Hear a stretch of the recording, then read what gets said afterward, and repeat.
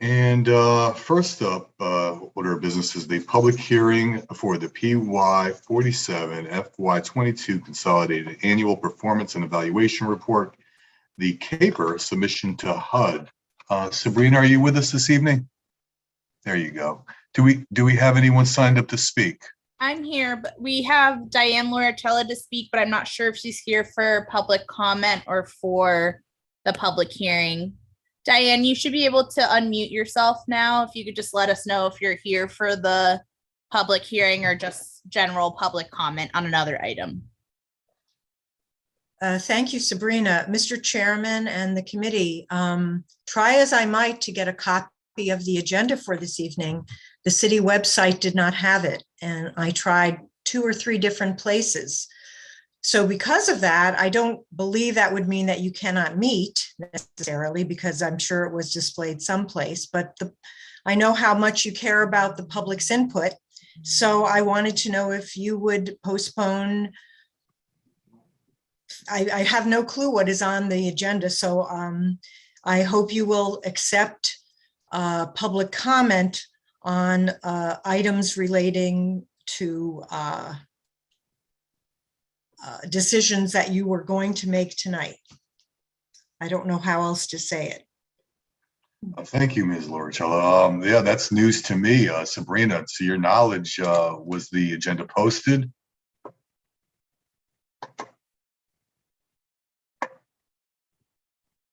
I'm not sure. I was out with COVID for a while for my second time, jolly time. But I can look into it. I'm sure it was provided to the mayor's office. But I'm not sure why it wasn't on the website. I think Jess handled it this past time because Maritza was away as well. But I'll look into it and see where they post. I see it. It's here. I see it on there. Yeah, it's here. But it's yeah, it's in the standard spot. Yeah, Diane, if you click on the calendar, It says August 26th on it. I think that's what the problem is. just scroll It down. doesn't say 9/1, but it's the same agenda. But that's the date of the announcement. That's not the date of the meeting. Right. I don't know if that's what's confusing. Yep, I just checked it too. It's up in our normal spot in the archives as well. So if you were to go to the committee itself through the homepage, it's in there. Sure. All right, great. Okay, seeing no one has signed up for the public hearing, I will now move on to public participation. Do we have anyone on the phone that would like to speak for any item on the agenda? That's it, John. We only had Diane. Lauricella, would you like to speak to an item on the agenda?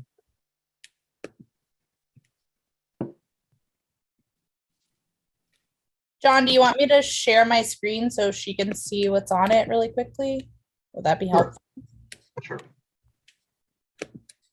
John, I just also noticed that Darlene joined us if you wanted to note that. All right, great. Let the records show that Ms. Young has joined us at 7:04 p.m. Okay. All right. There it is. Okay, I guess, is she allowed to speak, Sabrina? Is she able to unmute if she so chose? Yep, she's currently unmuted. Okay, going once, going twice. All right, we will now close public participation and move on to item 1A, and that's the approval of the minutes of August 4th, 2022. Would someone like to move the minutes? Thank you, Ms. Smith. Any corrections, omissions? Mr. Livingston? Yeah, my name is misspelled. There's an E at the end. So if that could be fixed, that'd be great. Okay. Any other changes, Mr. Meek? Yeah, my name's Brian with a Y, but that's my mom's fault. Yeah, good one. Any other corrections? Okay, all in favor of the minutes as amended, please raise your hand and signify yes. Darlene is a yes. Oh, and looks to be unanimous. Great. Okay, moving on. That's to item 2A, and that's to advance the PY 47 caper to the Common Council with authorization for the mayor to sign all forwarding documentation required by HUD. Would someone like to move that item? Thank you, Ms. Shanahan. Do we have someone from redevelopment to speak to this? Hi, yep, Stephen from the redevelopment agencies here. Hey, Stephen, do you mind just giving me this an overview on how the process went, what we're voting on tonight? Absolutely. So the 2021 Consolidated Annual Performance and Evaluation Report is our PY 47 caper. This is a standard report that's due 90 days after the end of the program year. We submit this regularly. We are in the second year of the 5-year 2020 to 2024 consolidated plan. We'll continue to submit these in relation to that plan for the next 3 years as well. The plan or the caper shows cumulative 2020 and 2021 achievement data, as well as individual annual action plan data for the 2021 year. In total, the city expended $1,781,000 last year. All of this contributes to the agency and the city's timeliness for our CDBG funds. This does include the spending of some of the COVID funding that we had received as part of the CARES Act grant.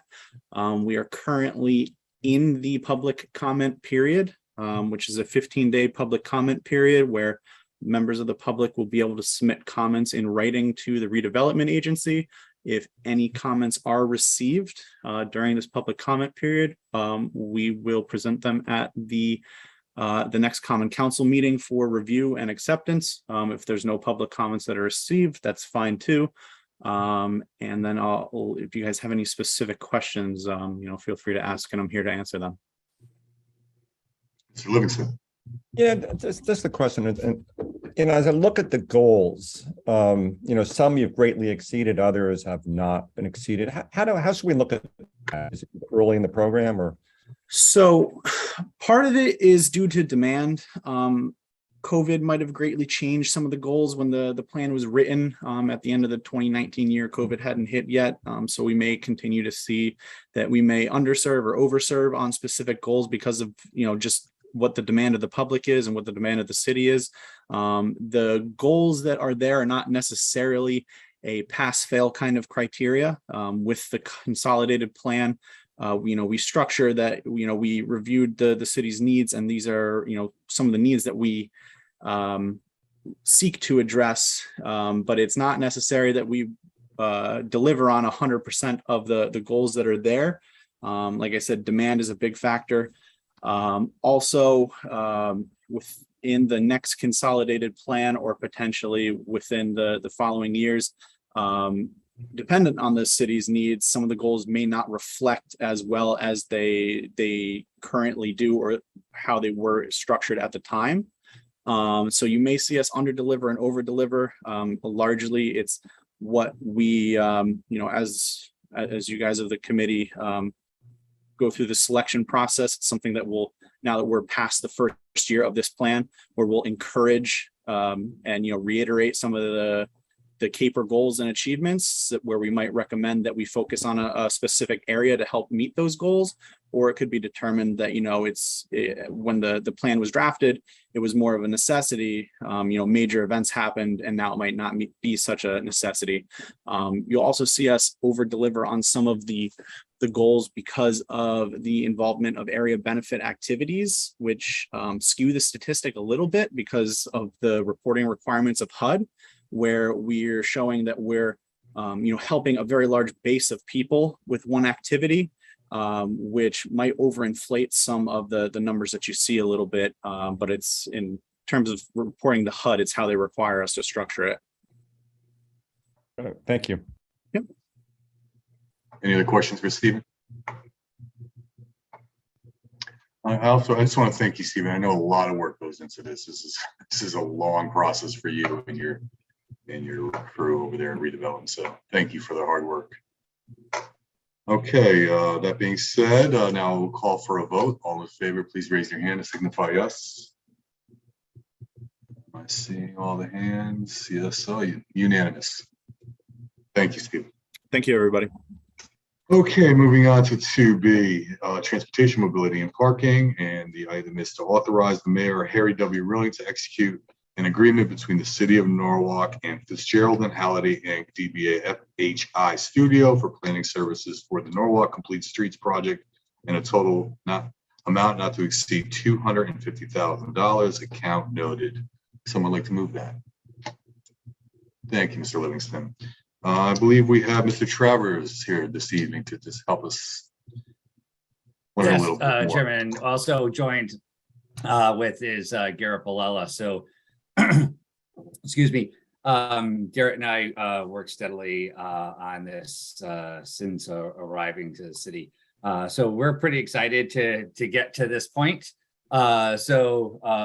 We worked through many departments to put together a comprehensive RFP to secure a consultant to work with us, city staff, the council, and the citizens to come up with complete streets legislation, and that we will propose to the council, and a complete streets design manual. This will largely be talking about how we build our public right of way from here on out. So complete streets is a movement, I guess, to for lack of a better word, that has been in place for a number of years. It's growing in communities in Connecticut, nationwide. It's really about equity of the roadway and safety of the roadway. It's the first step for us really achieving our next goal, which would be to create Vision Zero for the city. But this looks at how we equally prioritize all modes of transportation, and really putting an emphasis on public transportation, mass transportation. How we look at our cycling infrastructure, how we look at our sidewalks and construct our sidewalks in manners that are friendly to the pedestrian. That we build safer roads that have slower speeds, that have less accidents. I was lucky enough to have been in New Haven at the time when we were the first city in the state to adopt complete streets legislation and a complete streets design manual. And Garrett and I did the same in Stamford, and we put it together an RFP. We had 2 respondents. We have FHI that had come to us, and we also had Tool Group. We had a team of that consisted of myself, Garrett, Vanessa, Jessica, Bonacek, Leisha King, and the redevelopment agency that all sat together. We interviewed the candidates, followed up with additional questions, met and had a unanimous vote to advance FHI. FHI is also the firm that is wrapping up the city's 2022 transportation master plan. They have worked on a number of other studies in the city. They know the city well, and I think they're really positioned to deliver us a strong product. So I'm happy to, Garrett and I can answer any questions that the committee has.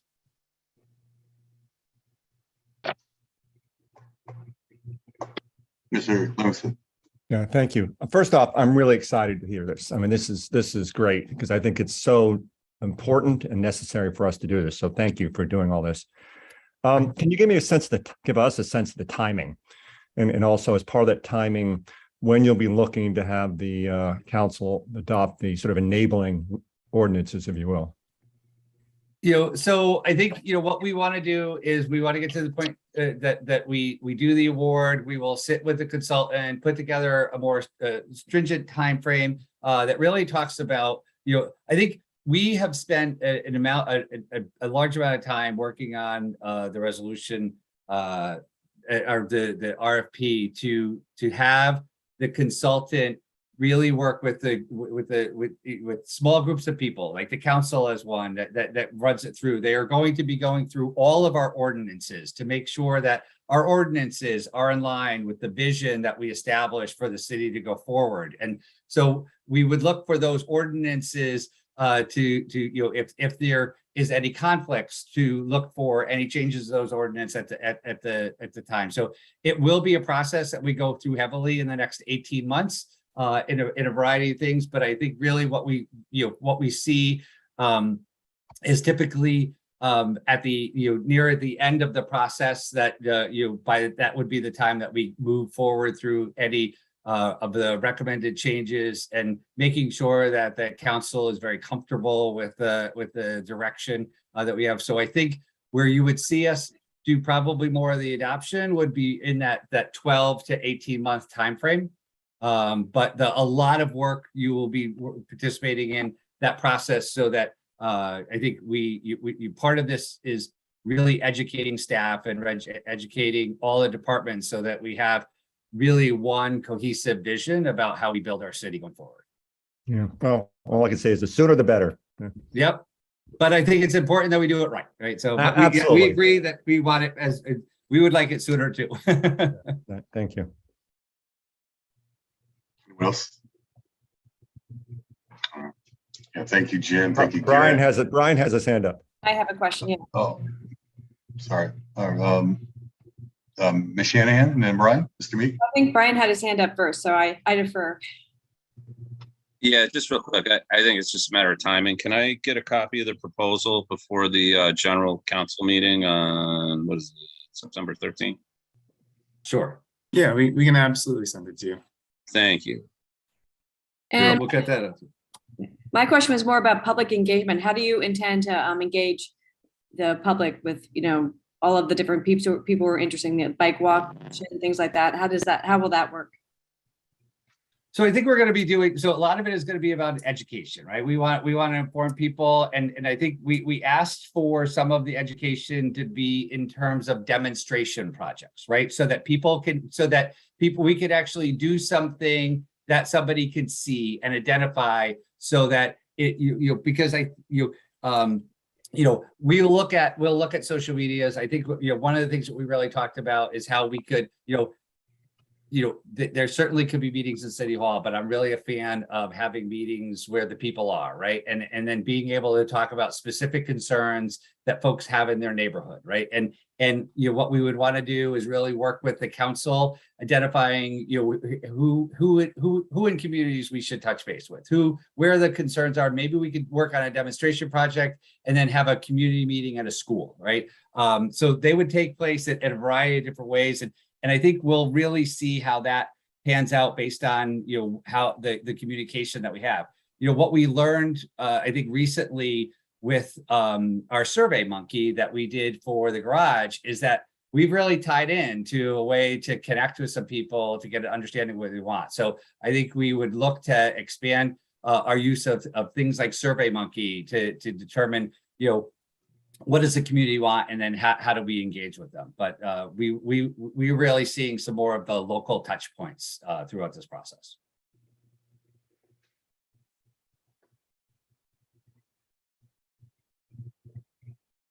Okay, seeing another hand, so I will now call for a vote. All in favor, please raise your hand and signify yes. Abstentions? Noes? Abstained. Record show, Mr. Meek abstained. Okay. Thank you, Jim. Thank you, Garrett. Thank you, sir. Thank you very much. Have a wonderful evening. Have a You great as well. weekend in Maine. Thank Have you. a great night. Oh, fellow Maynite, whatever the, okay, item C1, authorize Mayor Harry W. Rilling and the city of Norwalk to opt out of the state legislation Public Act number 21 to 29, an act concerning the zoning enabling act, accessory apartments, training for certain land use officials, municipal affordable housing plans and commission on Connecticut's development and future. Would someone like to move that item? Thank you, Ms. Smith. I believe we have Mr. Kleppen with us tonight. As you all know, this has come back to us. At the last meeting, a decision was made to table the item until zoning has met and voted on it. So we better had an idea of what we were voting on. That has happened. And now the item is before us again. Steve, correct me if I'm wrong, but pretty much everything we saw the last time has remained the same as far as setbacks, square footage and so forth. And if yes or no, can you just go through that again briefly, if you don't mind? Sure, and hopefully you guys can hear me. I'm kind of in transit. Mr. Baker, Brian Baker's on. He could probably give you a little more detail than I can, but I'm here definitely to answer any questions you have. Hey, Brian. Yeah, so the one change that we made since you last saw it, which was made at the public hearing by the Planning and Zoning Commission, was they increased the square footage of attached ADUs up to 1,000 square feet and kept detached at 700 square feet. So that's the one change since the last time you've seen it. I'm sorry, say that again. So it's gone up to 1,000 for attached? Yep, attached one up to 1,000, detached 700 square feet. And we saw it at 750? 700 flat for either. Got it. Okay, and also I thought it was pretty, good information to have, and that's what other municipalities, our neighboring cities and towns have been doing. Were you able to gather any information to that regards? Yeah, so we checked in with Stamford, Fairfield, and I checked with Stratford. All three have either opted out or are opting out. They all approve detached or attached units via administrative zoning permit, and they just range in square footage. So Stamford, depending on your lot size, will allow a 1,200 square foot ADU down to an 800 square foot cap if you have a smaller lot. Fairfield went up to a 1,500 square foot cap. And then Stratford, I don't know what their max size was, but they kind of opted out and stuck with their existing language. So they don't allow detached. They just kept the attached units. Okay, and with other, there's a lot of ways to look at this. Obviously, above and beyond setbacks and size, and that's a point I plan to bring up, and that's this being an as of right permit or via special permit.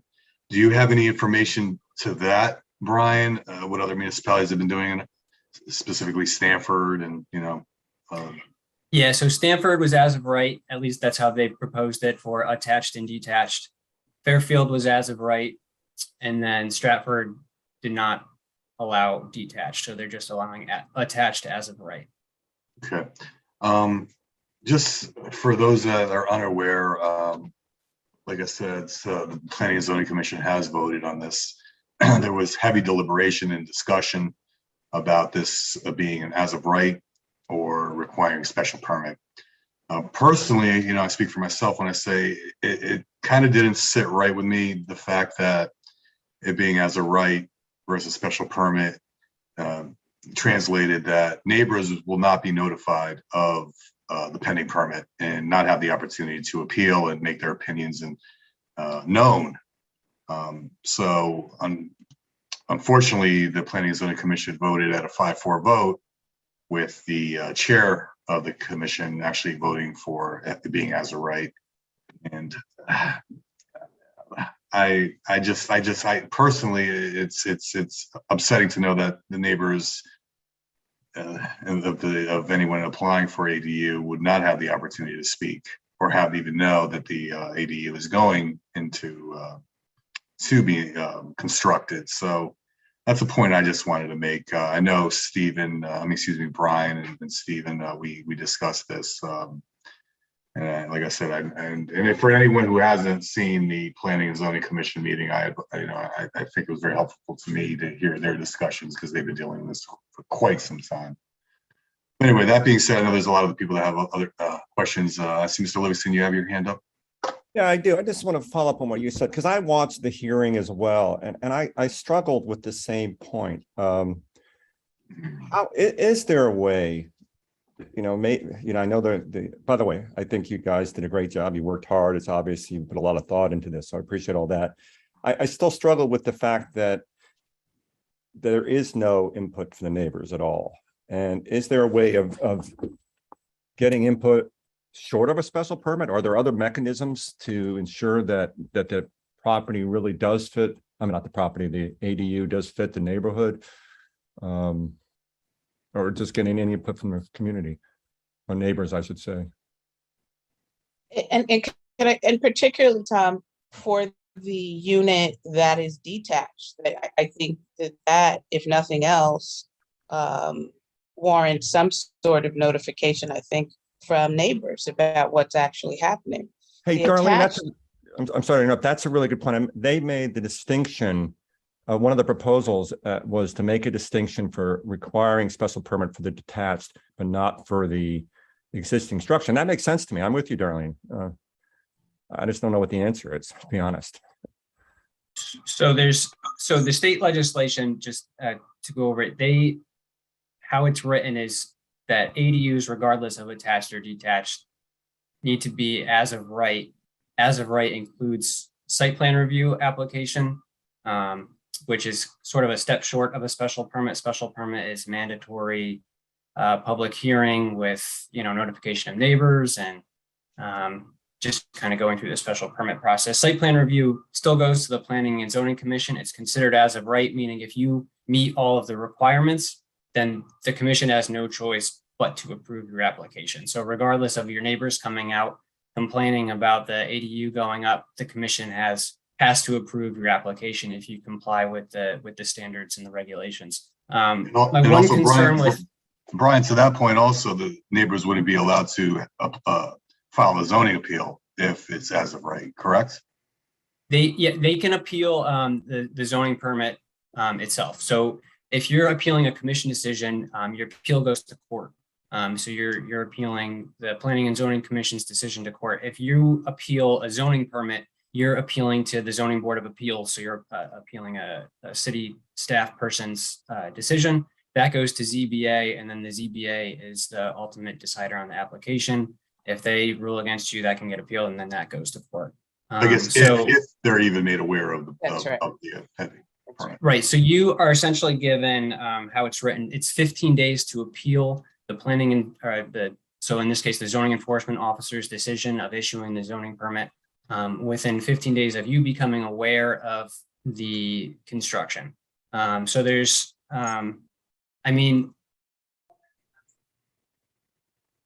if you're appealing a decision that complies with the regulations, you're not going to win. So, it's kind of, if you can be notified of something, but if it complies with everything, there's not really much for you to say. You can, come to a commission meeting, say you're not happy about it, but if, I don't know if it's giving false hope to the neighbors to say you can come to a hearing or you can attend a Planning and Zoning Commission meeting, file your complaints with the commission, but ultimately, your complaints are kind of will go unanswered because they comply with the regulations. I mean, this zoning regulation really concerns me. I mean, I think if this is not something I think the city of Norwalk would have taken on if it weren't for the state statute, but here we are. And what really concerns me is, I mean, it came to us under the blanket of affordability, adding housing stock to our inventory, but yet there's nothing in place that requires either affordability or blood relative or anything to that point, and which is disappointing. I think, and like I said, this is obviously that the decision at the end of the day is up to planning and zoning, but I think a lot of folks are going to take advantage of this as a financial opportunity, which I don't believe is what the purpose was when the state, thought this up. And I know, Brian, I don't know if it was you or Stephen that mentioned that some other municipalities have taken it upon themselves to add that, the ADU be occupied by a blood relative and other specific modifications to the reg. Is that correct? Did you hear any of that? Yeah, there's some that require a relation between the homeowner and whoever's occupying the ADU. Some go as far as limiting the amount of people who can live in the ADU to 2 people. So there's all different sort of variations on it. I think the important thing to note is if you do want to go with something like that, then you have to opt out because the state legislation says that you cannot, if you were to opt in, you can't require any sort of blood relationship between, the person who lives in the house and the person who lives in the ADU. Okay. I guess everyone's picturing grandma and grandpa living in this ADU, but I mean, if there's nothing in the books that says, okay, it needs to be a blood relative, you could just rent it to anyone and profit from it. I mean, I guess, I know a lot of landlords here in Norwalk, and I think a heck of a lot of them would be taking advantage of this if they can. Anyway, Barbara, you had your hand up before. Yeah, thank you, Chair. Yeah, I watched the entire the meeting and discussion in the Planning and Zoning Commission. And, I think, they did a very good job and they addressed many concerns. But, I have a lot of concerns too. So my first question is, why was 10 feet from the property line determined? Because if I'm not mistaken, like for a storage shed, isn't it 20 feet from the property line? Am I correct about that? For something more like... It depends on which zone you're in. So, we are kind of doing two things. We're looking at the existing regulations that we have, and then what the regulations are going to look like as part of the zoning regulation rewrite. So we went with 10 feet as essentially a 10-foot setback is what's required for a detached structure in an A residence zone today. So if you're in an A zone, your side and rear setbacks are going to be 10 feet. A B zone, your side and rear setbacks are lower. They're 6 feet generally. And then if you get into like your AAA and AA zones, that's where you have AA zone is a 20-foot side setback and AAA is a 30-foot side setback. Brian, can you give some context as to what those districts are, just for people to have an idea about what density is? It's just hard to be able to picture what that looks like. AAA residential zone is a minimum lot size of an acre. AA is half an acre. A is 12,500, which I think comes out to roughly quarter acre.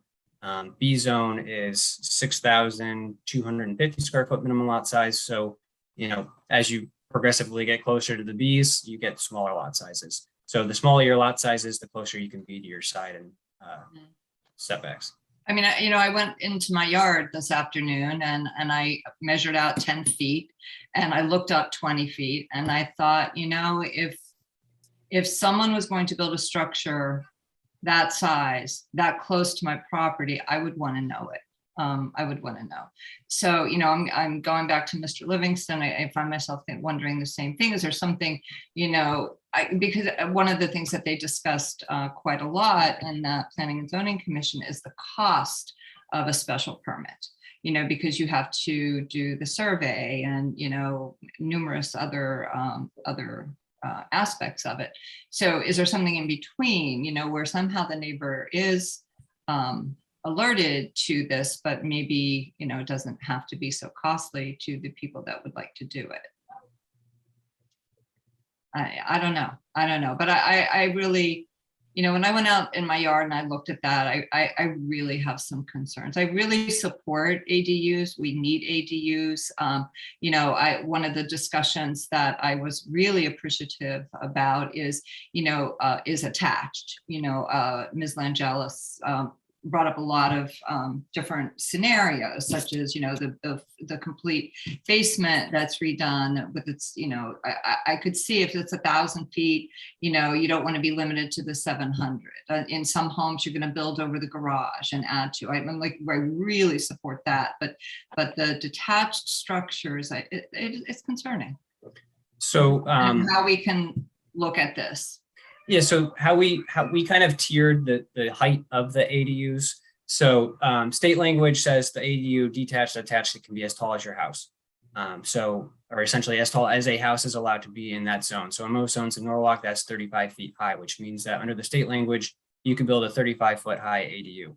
We went down to a tiered approach. We said if you're 10 to 20 feet off your side setback or rear setback, it can be 15 feet high, which is what's allowed for a detached garage, any accessory structure today. So the same height as that.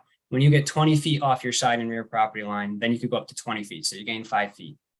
So hopefully as you get further away from your property lines, you could go a little bit taller, but we thought that was one of our big concerns when we first read the language, was allowing you to go as tall as your house. Chairman? Yes, Ms. Young, apologize. I didn't see So your I just think to everyone's point about notifying neighbors, I think that's the bare minimum that we should be doing in this process, particularly for the standalone units. You're not promising that, as Brian said, that you're going to a public hearing or any other actions you take are going to produce anything, but I think you need to let your neighbors know. I think in any instance across the city, that's what we should be doing in these types of situations. What do they say about parking? Because you have some of these other areas. You said the AAA, the double, whatever the rating is. How is all of this going to impact parking? Because there's some communities don't have sidewalks, or there's just so much. And was that talked about at all at the zoning meeting? Because I haven't seen that yet. Have they even talked about, the number of cars in it that this could produce on streets that normally don't have cars parked in there? Or is there the requirement that parking has to be on the property itself? Yeah, so there's both the state, our existing regulations, and the new adopted regulations require you to have one additional parking space on your property that's compliant with the zoning regulations. That means that there's, you've got two adults. So what happens to that other car? So I just think that there's a lot more. Yeah, I mean, I would think, we have the existing accessory apartment regulations today that, we have 200 and however many of them that have one additional parking space as permitted. And I mean, I don't think we've gotten, there hasn't been complaints about on-street parking, I think, due to those.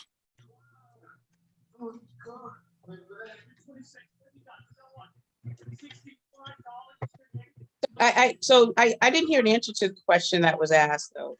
Are there any other tools or things that we can do, such as, is that possible to alert neighbors? So there's two options, I guess. There's either you make this a site plan, or either it could be a site plan review application, which again would be considered as of right, in which case the neighbors would be notified. And then the other thing that we could do to look into is ask the law department if we can make it a requirement for someone getting a zoning permit if they'd have to notify the neighbors. Generally, that's kind of out of the ordinary. We don't require you to notify your neighbors if you're getting a zoning permit. So we'd have to check to see if that's legally allowed. It might be out of the ordinary or not what we've generally done as a practice. There's no zoning permit requirement for you to notify your neighbors. I don't think in any municipality. So we just have not done those types of things as far as notifying neighbors of different types of development. Just for zoning permits. So a site plan review application, special permits, you're required to. If I could just jump in for a second, Brian, I want to be clear what you said before, or did you say before that you cannot require a special permit on this?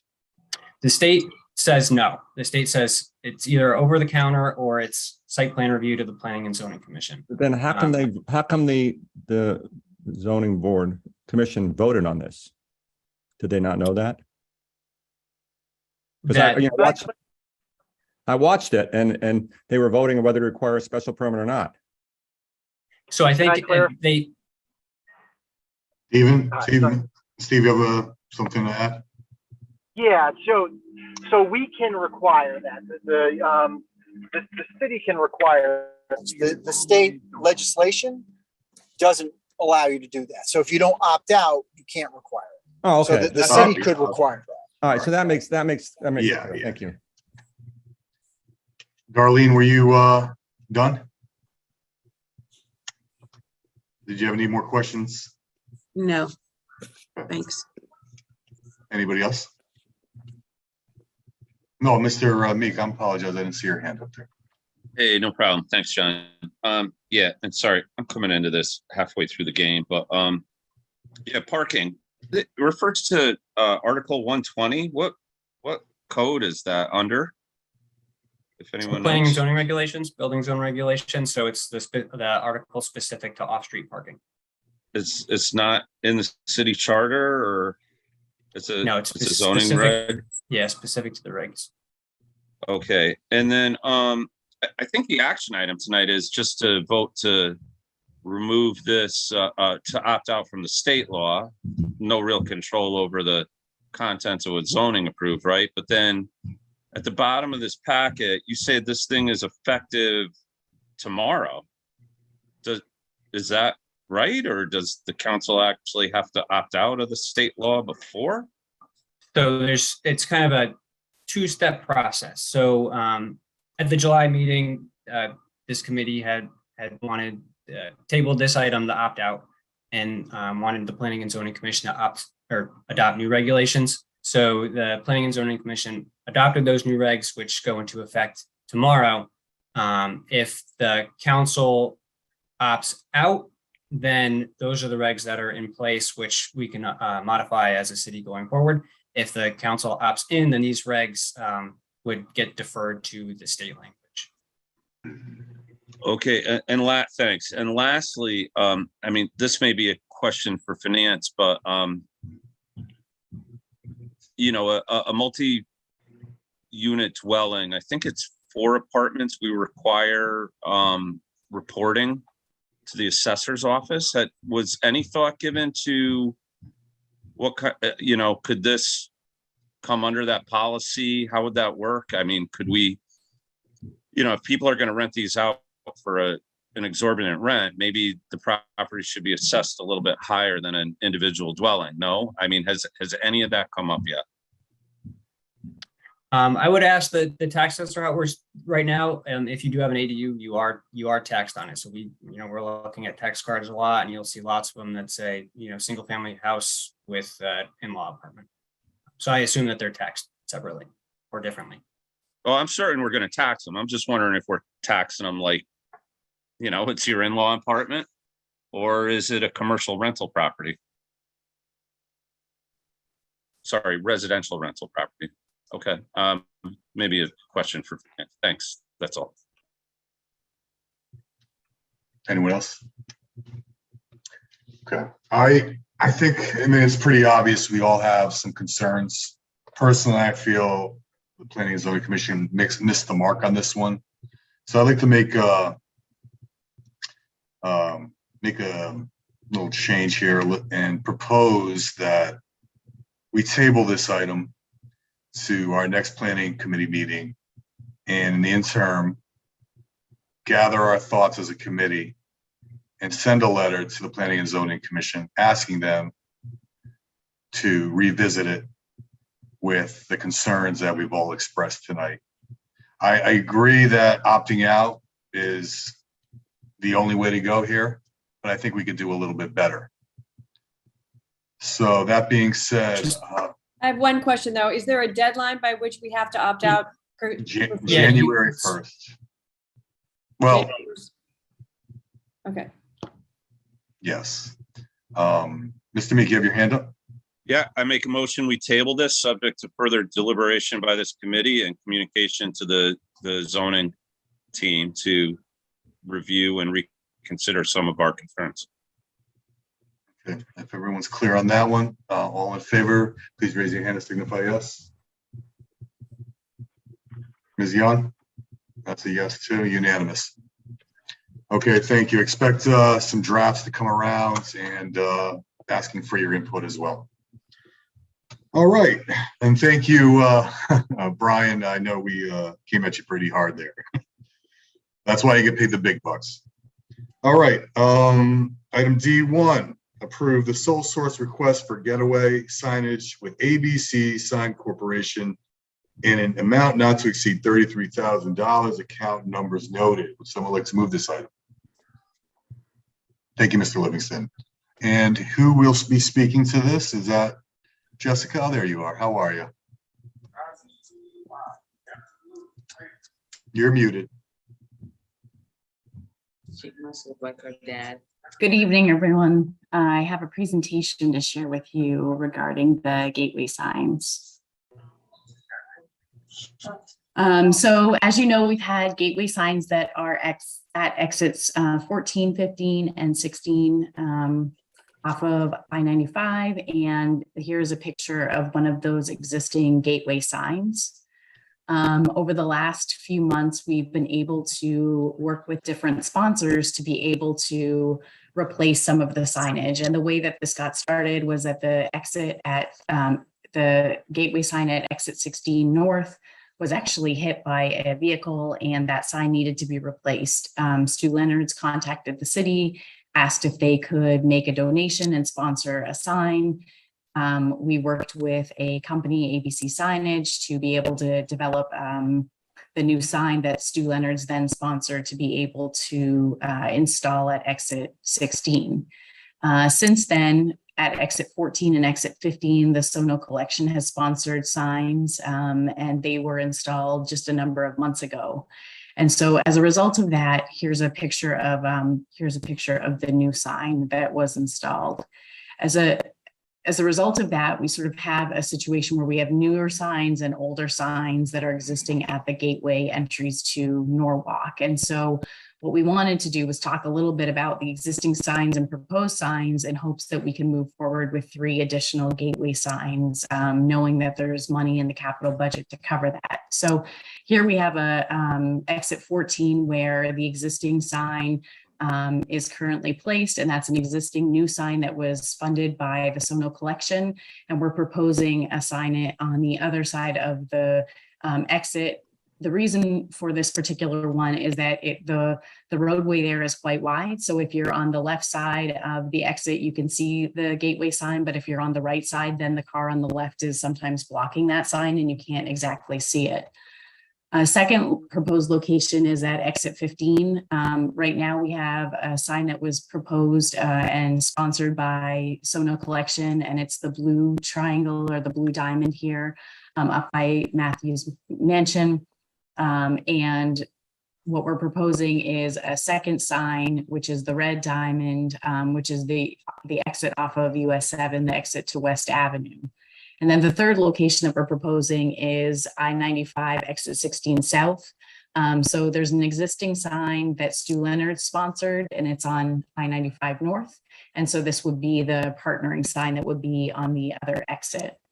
And so, it's a fairly basic ask today as far as concept goes. We've had the 3 signs that are gateway signs replaced at exits 14, 15, and 16, 1 by Stu Leonard's, 2 by Sono Collection. We're working with ABC on a sole source to be able to replace the other 3 signs or be able to install the 3 new signs given the new design that we put in place. Each of the signs is $11,000. That's not including the police detail for the installation. Each site is different. Right now with building and code, in the last fiscal budget, we had $30,000 approved for these signage efforts. And in addition to the $30,000, we actually planned on asking for an additional $20,000, knowing that we wanted to replace all 6 of the signs.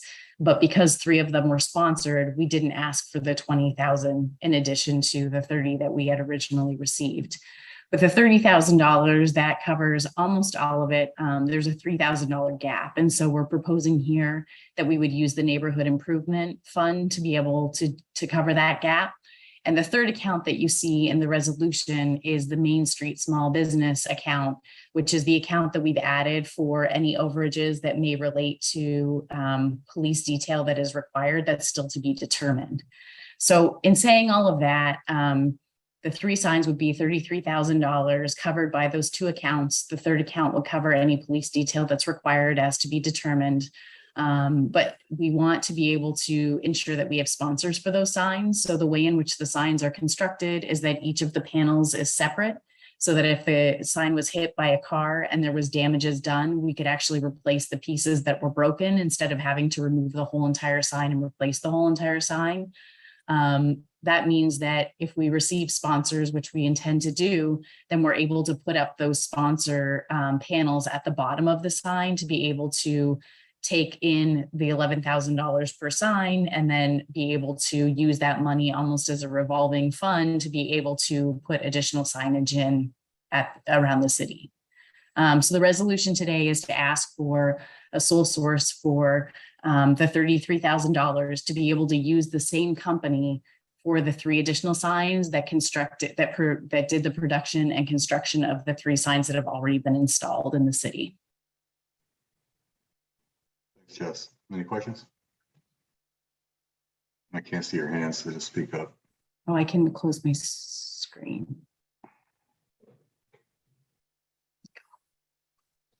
So Jess, you're out looking for sponsors still? We are looking for sponsors, and we have a number of different companies that we think will sponsor them. We just happen to think that it'd be great to be able to get the signs up as soon as possible before the winter comes, and then be able to market the signs when they're up. And as you said, this is the company that did the other ones. That's why you're using them as a sole source, right? That's correct. Yeah, we want them to match. And we think that they look really sharp. We like the navy blue with the gold. We think they look nice. On another note, several years back, we redevelopment proposed, maybe Tom, you remember this, signage throughout the city. Yeah, I do remember that. Yeah. You remember? And it kind of just died on the vine. It was a lot there. I'll be honest, it's been so long, I forget the specifics. Is that, I mean, do you know, Jess, in your time here of? Yeah, so that was before my time, but I've actually read through that signage plan a number of times, and I believe that it was a wayfinding plan that was for the whole entire urban core. And it was brought together by a group of people that worked on it for a very long time and voted on different designs. And I believe the price tag that was associated to being able to implement signage throughout the urban core was a little bit of a heavier lift than maybe at the point in time that the city wanted to take on.